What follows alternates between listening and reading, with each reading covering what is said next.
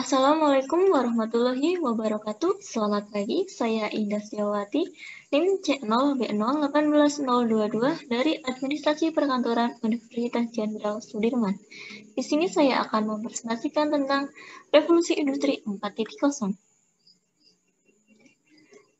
Topik materi yang akan kita bahas dalam presentasi kali ini yaitu yang pertama, Revolusi Industri 4.0, yang kedua, tahap-tahap Revolusi Industri 4.0, yang ketiga, hal-hal yang terjadi di industri 4.0. Yang keempat, revolusi industri 4.0 di Indonesia. Yang kelima, tantangan Indonesia di revolusi industri 4.0. Yang keenam, peningkatan skill untuk industri masa depan. Dan yang terakhir, kebijakan nasional guna menghadapi industri 4.0. Saat ini dunia telah memasuki era revolusi industri 4.0. Terlepas dari mau atau tidak, bahkan siap atau tidak, perkembangan teknologi yang serba canggih telah mengantarkan masyarakat dunia pada titik ini. Revolusi industri 4.0 sebenarnya bukan dimulai baru-baru ini, tetapi telah berjalan sejak 2011 silam.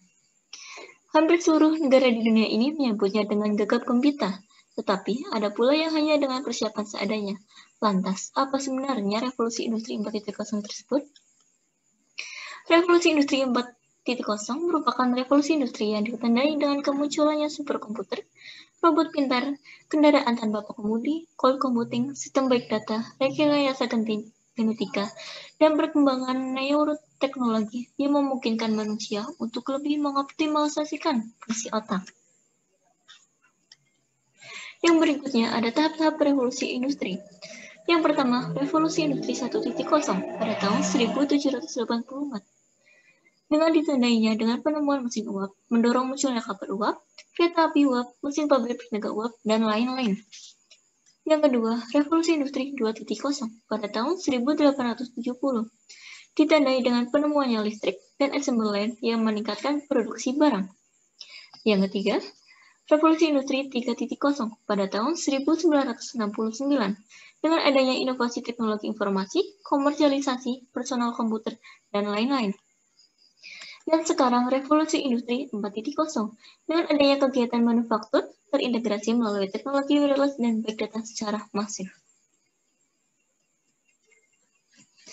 Yang berikutnya ada, apa yang akan terjadi di industri 4.0?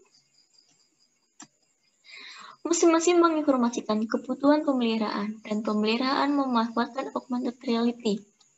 Yang kedua, pengumpulan data sepanjang supply chain dengan komunikasi M2M dan M2C.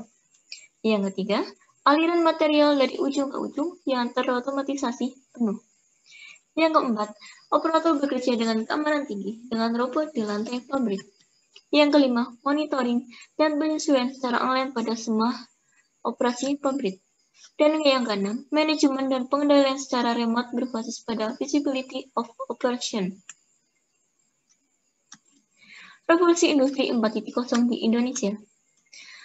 Yang pertama ada di bidang market, yang kedua ada di bidang transportasi, dan ketiga ada di bidang sosial media. Yang pertama di bidang market. Marketplace sebagai wadah belanja secara online dan lebih mudah serta praktis.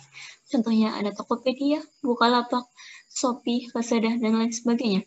Yang kedua, di bidang transportasi.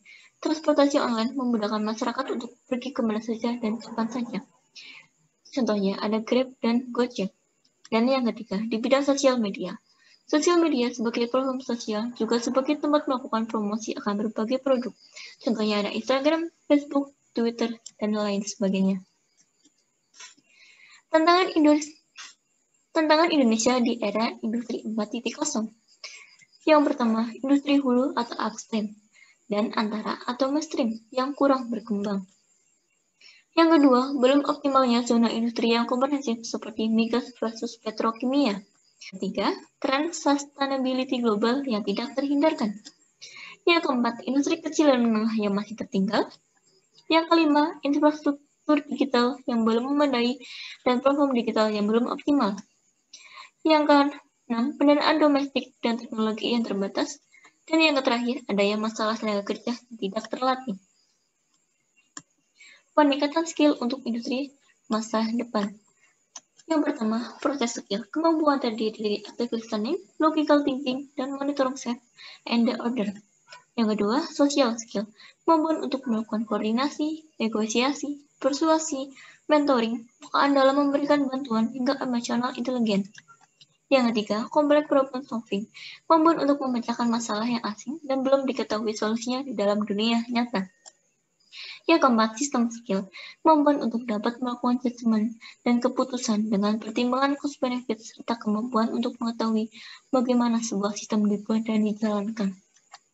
Dan yang kelima, cognitive abilities, skill yang terdiri dari antara lain cognitive flexibility, creativity, logical reasoning, problem sensitivity, mathematical reasoning, dan visualization. 10 kebijakan nasional dalam menghadapi revolusi industri 4.0. Yang pertama ya, perbaikan aliran material. Yang kedua, desain ulang zona industri. Yang ketiga, akomodasi standar sustainability. Yang keempat, pemberdayaan UMKM. Yang kelima, membangun infrastruktur tiket nasional. Yang keenam, menarik investasi asing. Yang ketujuh, peningkatan kualitas SDM. Yang kedelapan, pembentukan ekosistem inovasi.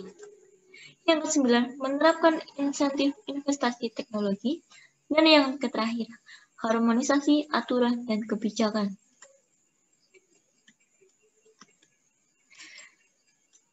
Demikian presentasi yang dapat saya sampaikan mengenai revolusi industri 4.0 yang ada di Indonesia. Saya mohon maaf apabila dalam menyampaikan informasi ataupun presentasi kurang baik ataupun ada yang salah kata. Terima kasih. Assalamualaikum warahmatullahi wabarakatuh.